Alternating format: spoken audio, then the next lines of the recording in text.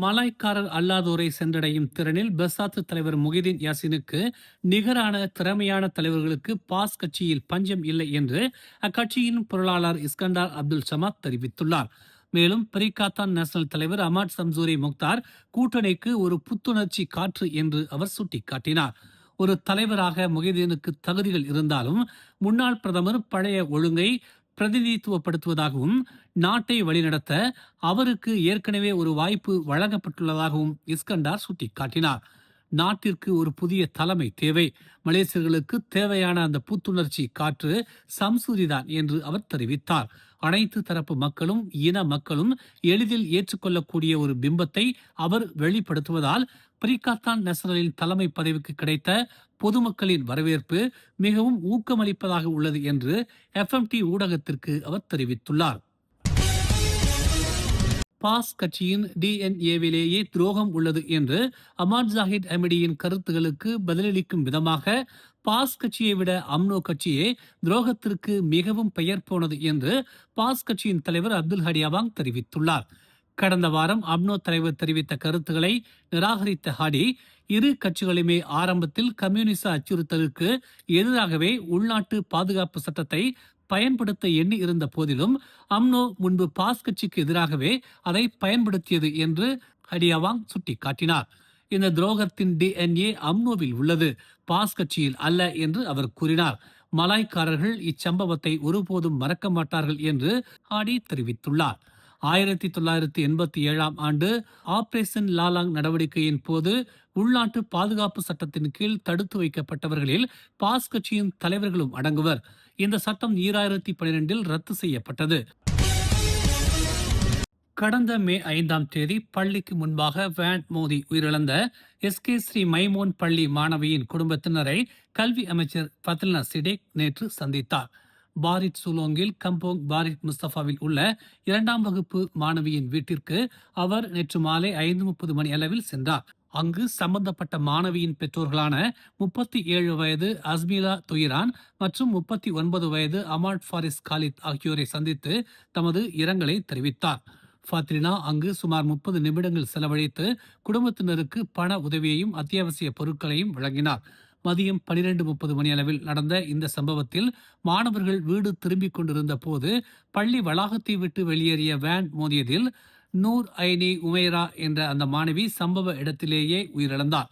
இதற்கிடையில் சிறுமியின் தந்தை அமாட் ஃபாரிஸ் தனது மகளுக்கு நேர்ந்தது போன்ற சம்பவங்கள் மீண்டும் நிகழாத வகையில் கல்வி அமைச்சும் மாநில கல்வித்துறையும் குறிப்பாக தொடக்க பள்ளிகளில் பாதுகாப்புக்கான நிலையான செயல்பாட்டு நடைமுறைகளை மேம்படுத்தும் என்று தாம் நம்புவதாக தெரிவித்திருந்தார்.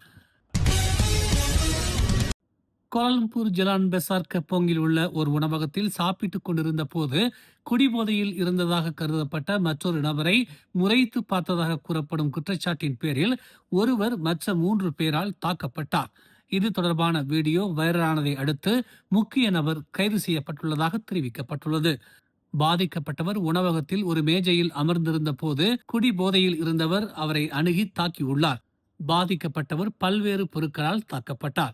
இதனை அடுத்து காவல் நிலைய தலைவர் உதவி ஆணையர் பஸ்ரி சகோனி முக்கிய சந்தேக நபர் கைது செய்யப்பட்டு வியாழக்கிழமை வரை நீதிமன்ற காவலில் வைக்க உத்தரவிடப்பட்டுள்ளதாக தெரிவித்துள்ளார்.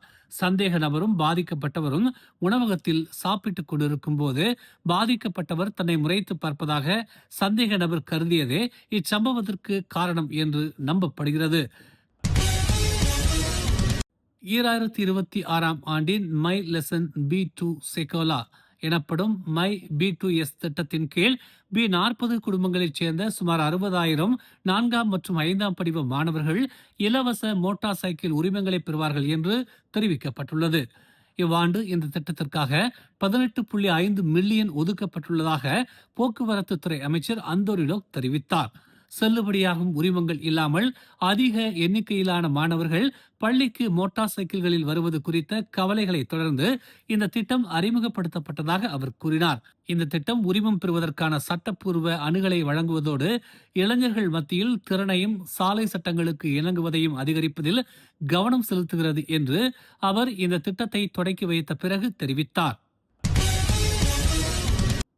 ஜொகூர் எஸ்கண்டார் புத்ரே புக்கிட் இண்டாவில் கடந்த வெள்ளி மற்றும் சனிக்கிழமைகளில் பெட்ரோல் குண்டு தாக்குதல்கள் என கூறப்படும் சம்பவத்தில் 4 வீடுகள் தீக்கிரையாக்கப்பட்டதாக காவல்துறை தெரிவித்துள்ளது. உரிமம் இல்லாத பண கடன் வழங்கும் நடவடிக்கைகளுக்காக 1951ஆம் ஆண்டு பண கடன் வழங்குவோர் சட்டத்தின் பிரிவு 5(2) கீழும், தீயினால் சேதம் விளைவித்ததற்காக தண்டனை சட்டத்தின் பிரிவு 435 கீழும் விசாரணை மேற்கொள்ளப்பட்டு வருவதாக எஸ்கண்டார் புத்ரி காவல் தலைமையகம் ஒரு அறிக்கையில் தெரிவித்துள்ளது.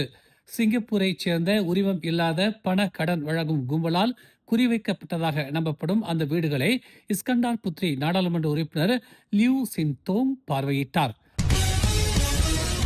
மேலும் செய்திகளை தெரிந்து கொள்ள தமிழ் மலர் இணையதளம், தமிழ் மலர் செயலி மற்றும் மலர் டிவி யூடியூப் சேனலை வலம் வாருங்கள்.